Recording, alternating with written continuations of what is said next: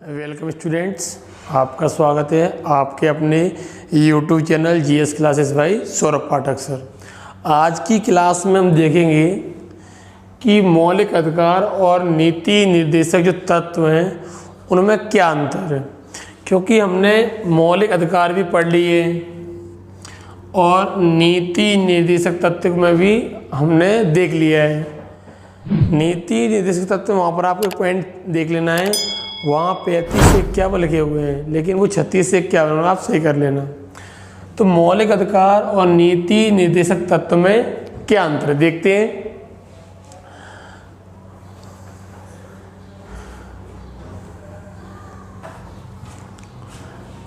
Hello students, आपका स्वागत है आपके अपने YouTube channel GS classes bye Saurabh पाठक सर। आज की क्लास में हम चर्चा करेंगे कि मौलिक अधिकार और नीति निर्देशक तत्व में क्या अंतर है।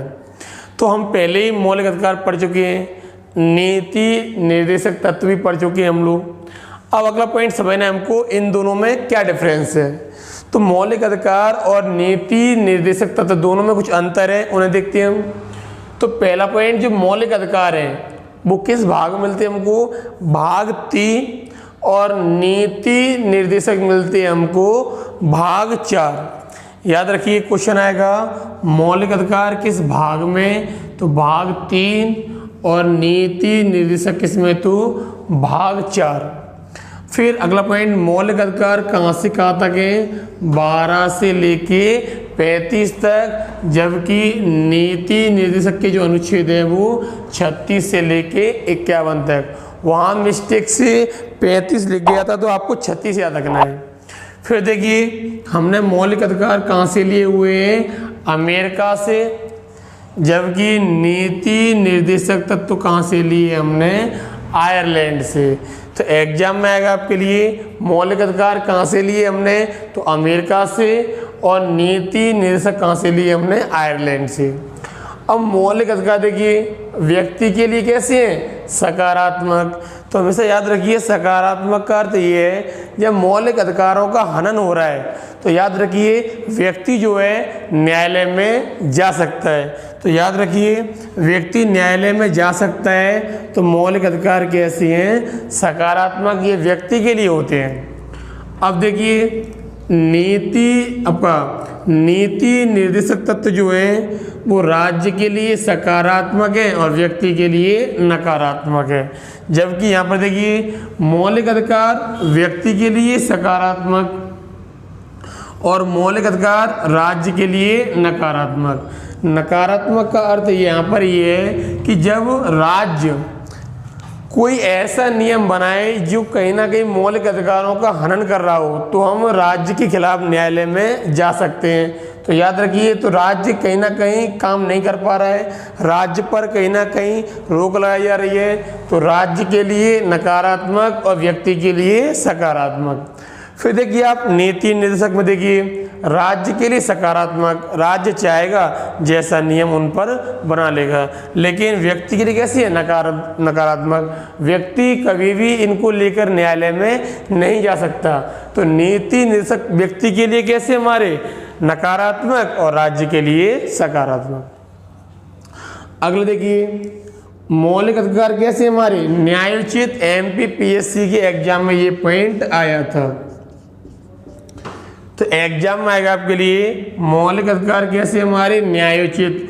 अब न्यायोचित का अर्थ है कि हम इनके हनन पर न्यायालय में जा सकते हैं। देश या राज्यों की जो सरकार है, केंद्र सरकार है, इन्होंने कोई नियम बना दिया, तो नियम बनाया तो तुरंत क्या होगा, ऐसा कोई नियम बना दिया और वो नियम हमारे अधिकार यानी मेरे अधिकार को कम कर रहा है। तो याद रखिए जब मौलिक अधिकार कम हो रहा होगा तो आप न्यायालय में चले जाएंगे।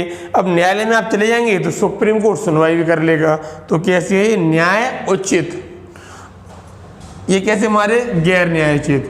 अगर नीति निर्देशक तत्वों के जो अधिकार हैं वो व्यक्तियों को नहीं मिलते हैं, तो व्यक्ति को नहीं मिलते हैं तो याद रखिए व्यक्ति फिर भी न्यायालय में नहीं जा सकता।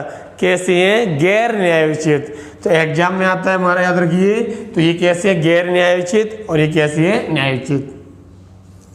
ये कानूनी रूप से मान्य है। इनके लिए संविधान में भी लिखा हुआ है, जब ये अधिकार आपको ना मिले तो आप इनके लिए लड़ाई लड़ सकते हैं। तो ये कानूनी रूप से मान्य और ये केवल नैतिक और राजनीतिक, सरकार को लगता है ठीक है, राजनीतिक जो व्यक्ति उनको लगता है ठीक है तो दे देंगे, अन्यथा वो आपको नहीं देंगे, लेकिन आप इनको कानूनी लड़ाई लड़कर भी ले सकते हैं। अब देखते हैं मौलिक अधिकार में अगला, ये व्यक्ति का जो व्यक्तिगत है और व्यक्ति को क्या देते हैं, प्रोत्साहन।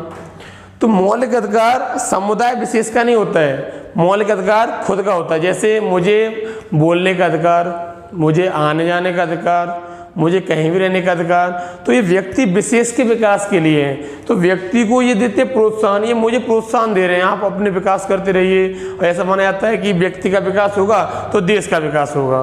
अब ये देखिए, ये समाज पर बल देते हैं, तो ये समाजवादी होते हैं और ये समाज के कल्याण पर बल देते हैं। समुदाय विशेष, कोई एक व्यक्ति ना होके पूरा समुदाय, दुर्बल वर्ग पूरे, तो समुदायों को ही देता है संरक्षण। तो ये व्यक्तिगत होते हैं, ये समुदाय के लिए होते हैं, ये स्वतः ही लागू हो जाते हैं और इन्हें लागू करना पड़ता है। तो फिर देखिए, जो मौलिक अधिकार है, जैसे ही जन्म हुआ किसी बच्चे का, तो जैसे ही जन्म होता है, जन्म होने के तुरंत बाद उसे क्या मिल जाते हैं, मौलिक अधिकार। तो कैसे ये स्वतः ही लागू हो जाते हैं, लेकिन नीति निर्देशक जो तत्व हैं उन्हें लागू करना पड़ता है।